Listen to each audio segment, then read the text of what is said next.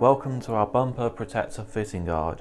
All you'll need to fit this product is a radiator or hairdryer, some isopropyl alcohol and a clean microfiber cloth. Firstly, remove your bumper protector from its packaging and place it on or near a radiator.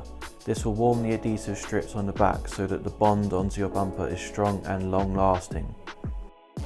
Open your rear doors, grab your microfiber cloth and spray it evenly with a coating of isopropyl alcohol. Don't apply the alcohol directly to your bumper to avoid unnecessary paint damage. With the cloth, rub down your bumper to create a clean surface.